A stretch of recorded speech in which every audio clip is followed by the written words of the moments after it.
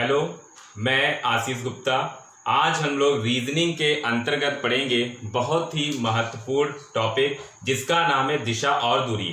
कई प्रतियोगी परीक्षाओं में इससे संबंधित बहुत सारे प्रश्न पूछे जाते हैं, तो आज हम इसका बिल्कुल बेसिक से अध्ययन करेंगे।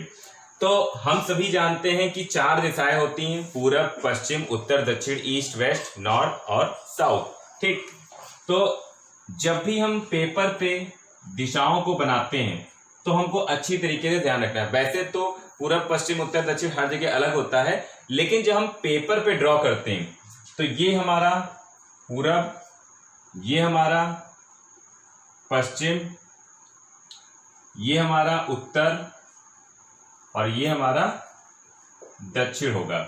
जब भी हम पेपर पे दिशाओं को बनाएंगे तो पूरब, पश्चिम, उत्तर, दक्षिण हम बनाएंगे। तो ये 4 दिशाएं होती हैं और 4 उप दिशाएं होती हैं। जैसे और सभी दिशाओं के बीच का कोण कितना होता है? 90 डिग्री। तो इसके जो बीच में दिशा होगी, जो उत्तर और पूरब के बीच में दिशा होगी, इस दिशा को कहते हैं उत्तर पूर्व।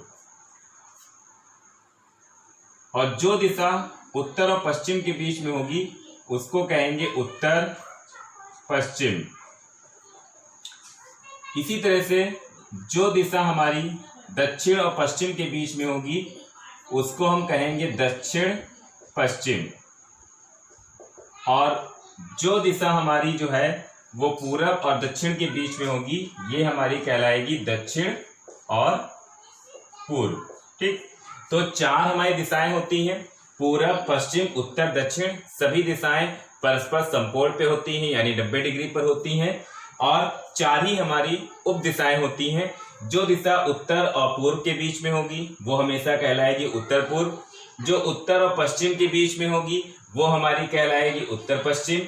जो दक्षिण और पश्चिम के बीच में होगी वो कहलाएगी दक्षिण पश्चिम। और जो दक्षिण और पूरब के बीच में होगी वो कहलाएगी दक्षिण पूर्व। और ये जो उप दिशाएं होती हैं ये भी परस्पर समकोण पे ही होती है, यानी इनके बीच का कोण भी 90 डिग्री होता है। तो ये 4 दिशाएं और 4 हमारी उप दिशाएं हो गई। अब कुछ चीजें हम ध्यान रखेंगे। हम सभी जानते हैं कि जो सूर्य होता है वो पूर्व की ओर उदय होता है और पश्चिम की ओर अस्त होता है। ठीक, तो ये हम सभी जानते हैं। हम सभी जानते हैं कि जो परछाई बनती है, भाई परछाई सभी ने देखी, अपनी परछाई है, किसी भी चीज की परछाई। तो परछाई जो है ये हमेशा सूर्य के विपरीत दिशा में बनती है।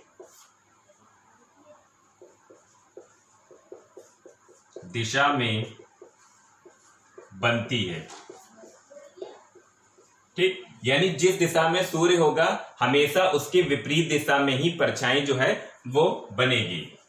दूसरा पॉइंट, जब दोपहर में 12 बजते हैं, जब दोपहर के 12 बजे होते हैं, उस समय जो सूर्य होता है उसकी किरणें पृथ्वी पर बिल्कुल सीधी पड़ती हैं, यानी लंब दिशा में पड़ती हैं। दोपहर 12 बजे सूर्य की किरणें पृथ्वी पर लंबवत पड़ती हैं। यानी जब दोपहर में 12 बजते हैं तो सूर्य की किरणें जो है वो पृथ्वी पर बिल्कुल सीधी पड़ती हैं, यानी लंब दिशा में पड़ती हैं। और उस समय जो परछाई होती है, परछाई पैरों के नीचे बनती है। यानी जो परछाई होती है वो कहां पर बनेगी? उसमें पैरों के नीचे बनेगी। तो ये चीजें हमें ध्यान रखनी है। यानी परछाई हमेशा सूर्य के विपरीत बनेगी और दोपहर 12 बजे सूर्य की किरणें पृथ्वी पर बिल्कुल सीधी यानी लंबवत पड़ेंगी। और परछाई हमेशा पैरों के परछाई उस समय पैरों के नीचे बनेगी जब सूर्य की किरणें लंब दिशा में पड़ेंगी। अब जब क्वेश्चन पूछे जाते हैं तब हमसे इस तरीके से कहा जाता है कि कोई व्यक्ति है जो कि दक्षिण दिशा में चलता है, फिर अपने दाएं मुड़ जाता है, फिर थोड़ा चलता है, बाएं मुड़ जाता है। तो ये दाएं बाएं में बहुत ही ज्यादा कंफ्यूजन होता है। तो आज इस कंफ्यूजन को दूर कर लेंगे। तो ये पूर्व है, ये पश्चिम है, ये उत्तर है और ये हमारा दक्षिण है। अब देखिए क्या होगा। अगर हम उत्तर दिशा में चल रहे हैं, अगर हम इस दिशा में चल रहे हैं तो हमारा दाएं यानी राइट ये होगा और लेफ्ट हमारा ये होगा। ये हमें ध्यान रखना है कि हम किस दिशा में चल रहे हैं। अगर हम उत्तर में चल रहे हैं तो राइट हमारा ये हो जाएगा, लेफ्ट हमारा ये हो जाएगा। और अगर हम पश्चिम दिशा में चल रहे हैं तो हमारा राइट ये होगा और लेफ्ट हमारा ये हो जाएगा। और अगर हम पूरब दिशा में चल रहे हैं तो हमारा राइट ये हो जाएगा और लेफ्ट ये हो जाएगा। और अगर दक्षिण दिशा में चल रहे हैं तो हमारा राइट ये कहलाएगा और लेफ्ट ये कहलाएगा। बस ये सिंपल सी थ्योरी है, कभी भी राइट लेफ्ट में कोई कंफ्यूजन होगा ही नहीं। बस इसको ध्यान रखना है, right left right left right left alternate हमारे रहेंगे। बस ये ध्यान रखना है, उत्तर दिशा में चलेंगे तब राइट ये और लेफ्ट ये, जब पूरब में चलेंगे तो राइट ये लेफ्ट ये। इस तरीके से हमको राइट लेफ्ट में कोई भी कंफ्यूजन नहीं होना है। तो मुख्यतः यहाँ पर 3 तरीके के प्रश्न जो हैं वो प्रतियोगी परीक्षाओं में पूछे जाते हैं। जैसे बीएड की संयुक्त परीक्षा जो होती है, प्रवेश परीक्षा, उसमें एसएससी में, एसबीआई में, एसएससी सीजीएल में, इन सभी में बहुत ही प्रश्न पूछे जाते हैं इनसे संबंधित। तो पहला तो कि वो अपने दाएं मुड़ता है, बाएं मुड़ता है, अब बताइए उसका मुख किस दिशा में है या वो किस दिशा में चल रहा है। दूसरा दूरी से संबंधित कि 4 किलोमीटर इतना गया, फिर बाएं मुड़ गया 5 किलोमीटर, इस तरह से कि प्रथम और अंतिम स्थान से उसकी दूरी कितनी है या उसने कुल कितनी दूरी चली। और अंतिम घड़ी की सुइयों पर आधारित, यानी घड़ी की सुई जैसे मान लीजिए 4:30 बजे है तो जो हमारी मिनट की सुई है वो पूरब पश्चिम दिशा में है, तो फिर जो घंटे की सुई है वो किस दिशा में होगी। इस तरीके से घड़ी की सुइयों पर आधारित प्रश्न। तो अभी हमने दिशा और दूरी का पूरा कॉन्सेप्ट क्लियर कर लिया। मेन बस इतना कॉन्सेप्ट है, अगर इतना कॉन्सेप्ट क्लियर है तो कोई भी प्रश्न ऐसा नहीं है जो आपसे ना लगे। अब हम प्रश्नों की ओर बढ़ेंगे और उन्हें हम हल। चलिए प्रश्न को देखते हैं।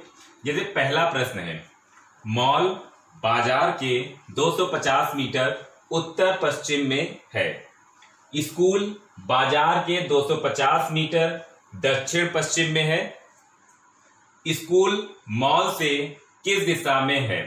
ये एसएससी में पूछा गया प्रश्न है। तो चलिए इसको हम आसानी से सॉल्व करते हैं जो हमने बेसिक सीखा। तो सबसे पहले क्या है, मॉल बाजार के 250 मीटर उत्तर पश्चिम में है। हम लोगों ने डायरेक्शन बनाई थी, तो जरा हम लोग डायरेक्शन को ड्रॉ कर लेते हैं। ये पूर्व, पश्चिम, उत्तर और दक्षिण।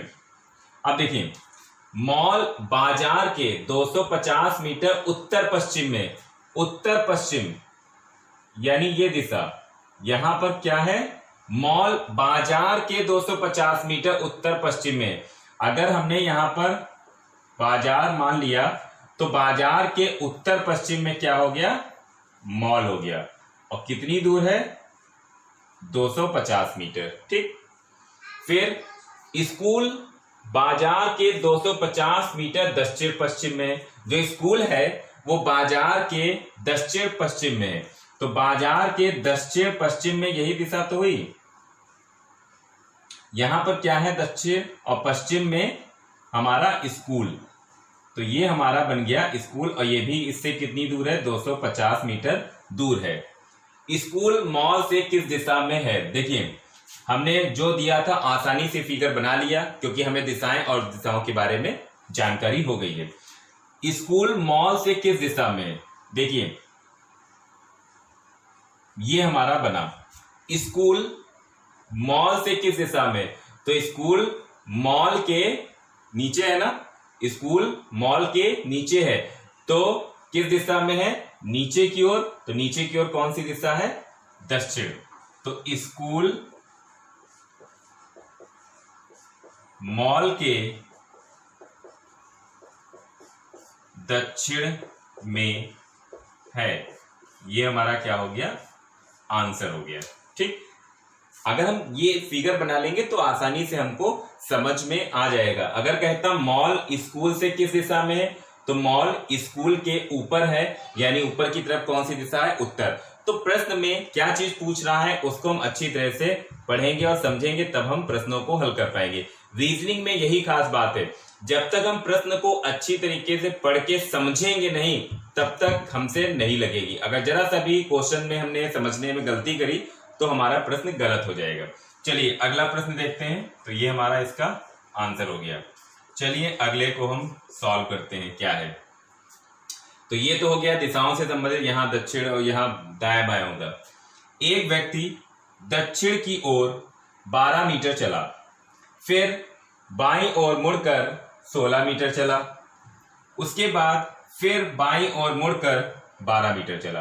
अब वह अपने प्रारंभिक स्थान से किस दिशा में तथा कितनी दूर है? तो हम इसको बनाते हैं।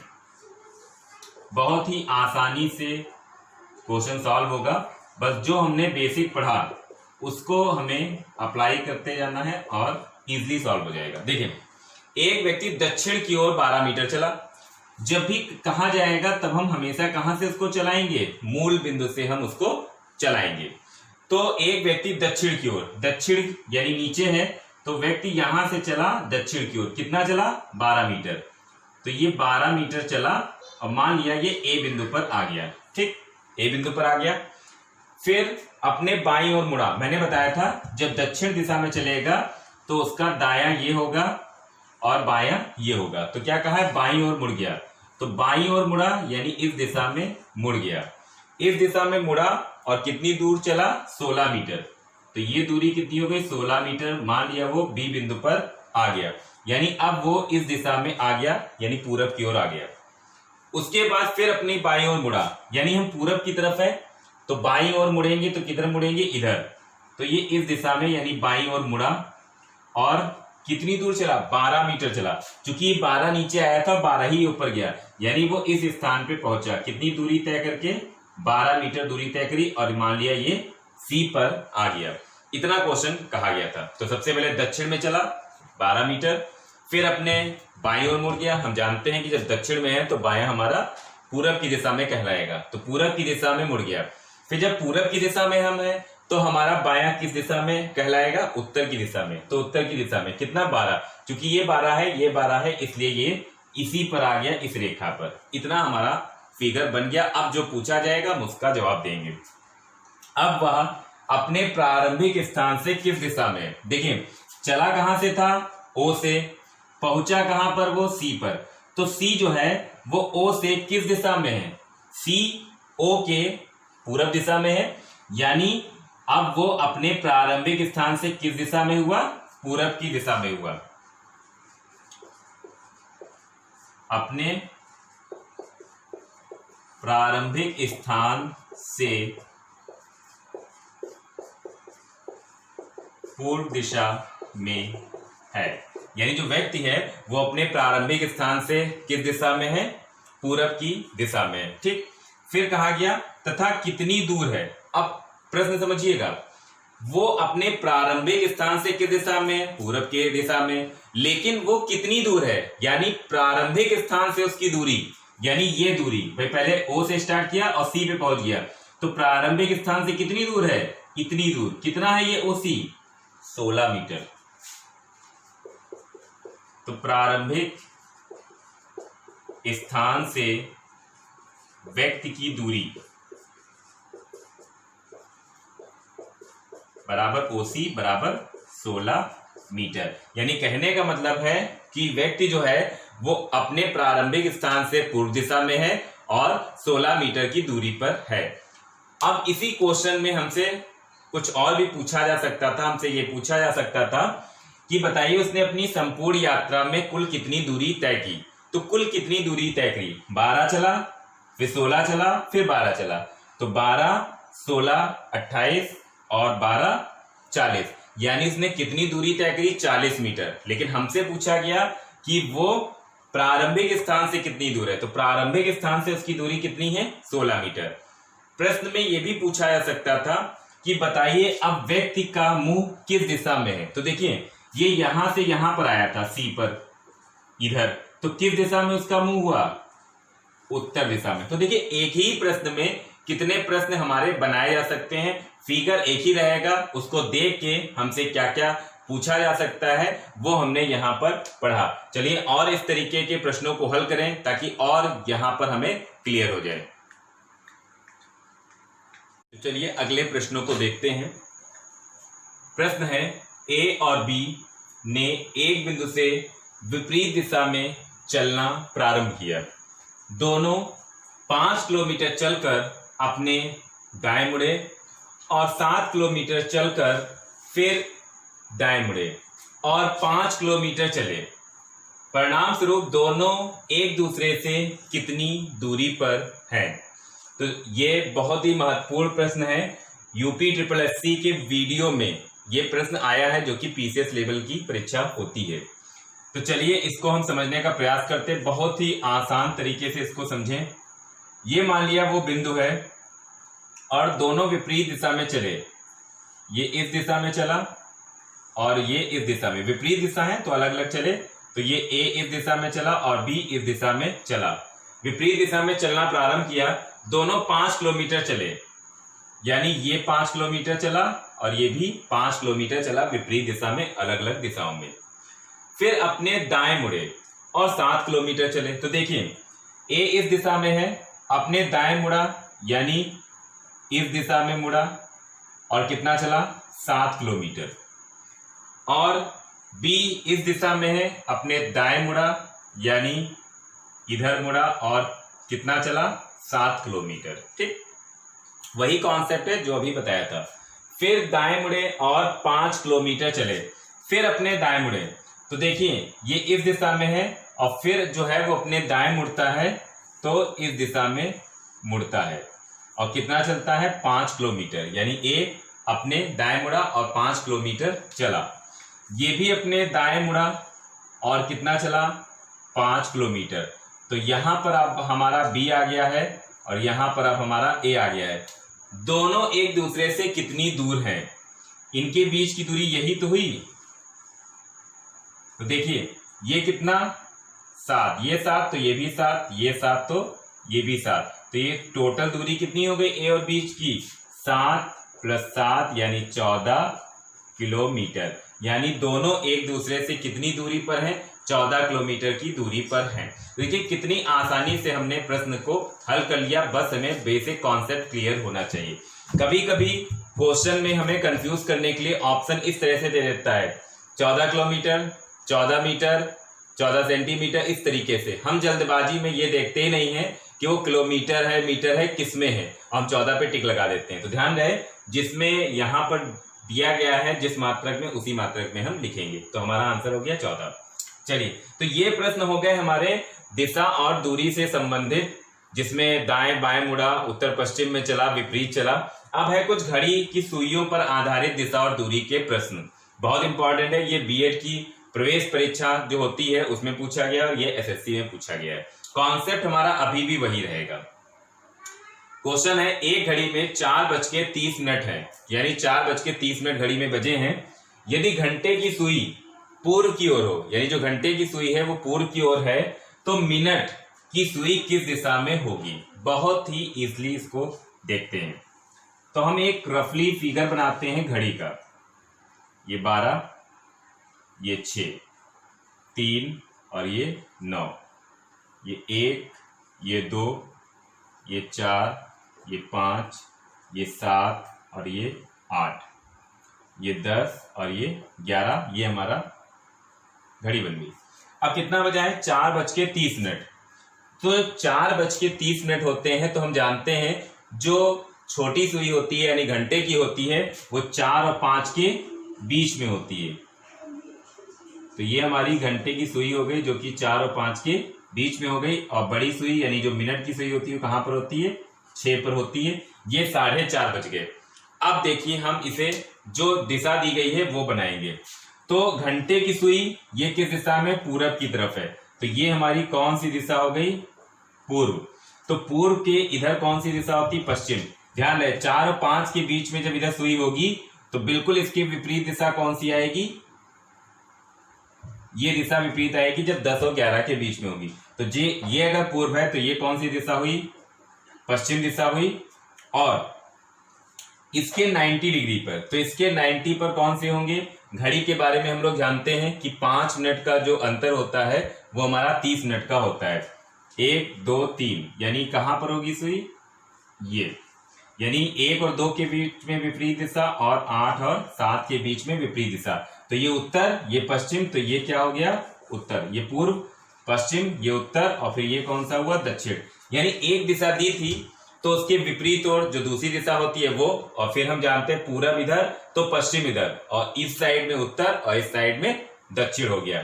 ठीक, ये हमने बना लिया। अब क्या कहा गया? मिनट की सुई किस दिशा में होगी? तो देखिए, मिनट की सुई ये है, ये किसके किसके बीच में है? दक्षिण और पूरब के बीच में। यानी मिनट की सुई, जो हमारा आंसर होगा, मिनट की सुई किस दिशा में हुई? दक्षिण पूर्व दिशा में होगी। देखिए कितनी आसानी से प्रश्न को हमने हल कर लिया, जो हमारा बेसिक कॉन्सेप्ट है उसके सहायता से। तो मिनट की सुई दक्षिण और पूरब के बीच में है, इसलिए दक्षिण पूर्व दिशा में हमारी हुई। चलिए अगला प्रश्न देखते हैं। घड़ी को कुछ इस प्रकार रखा कि दोपहर 12 बजे मिनट की सुई उत्तर पूर्व दिशा में आ जाए, तब 1:45 दिन में मिनट की सुई किस दिशा में होगी? एसएससी में पूछा गया है। इसमें भी हम घड़ी को ड्रॉ कर ले, तो ये 12, ये हमारा 6 9 3 1 2 4 5 7 8 10 और 11। देखिए दोपहर 12 बजे, तो हम जानते हैं जब दोपहर में 12 बजते हैं तो मिनट की सुई और घंटे की सुई एक के ऊपर एक होती है। यानी इस तरीके से हमारी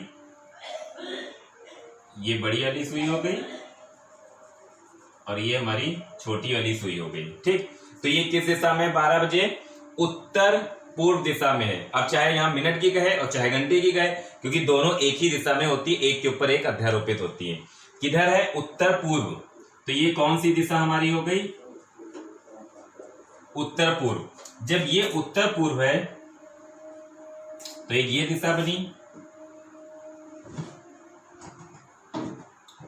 और ये दिशा हमारी बन गई और ये दिशा हमारी बन गई। तो देखिए जब ये हमारा उत्तर पूर्व हुआ तो इसका मतलब ये है कि ये जो दिशा हुई, इनके बीच में जो ये दिशा हुई, 1 और 2 के बीच में, इधर 7 और 8 के बीच में, इधर 10 और 11 के बीच में, और इसको अच्छी तरह से बना लेते हैं, और ये 4 और 5 के बीच में, ये देखिए। ठीक, तो जब ये उत्तर पूर्व हुई तो हमारी ये दिशा कौन सी हो गई? पूर्व, और पूर्व का उल्टा पश्चिम, और ये हमारी उत्तर और ये हमारा दक्षिण।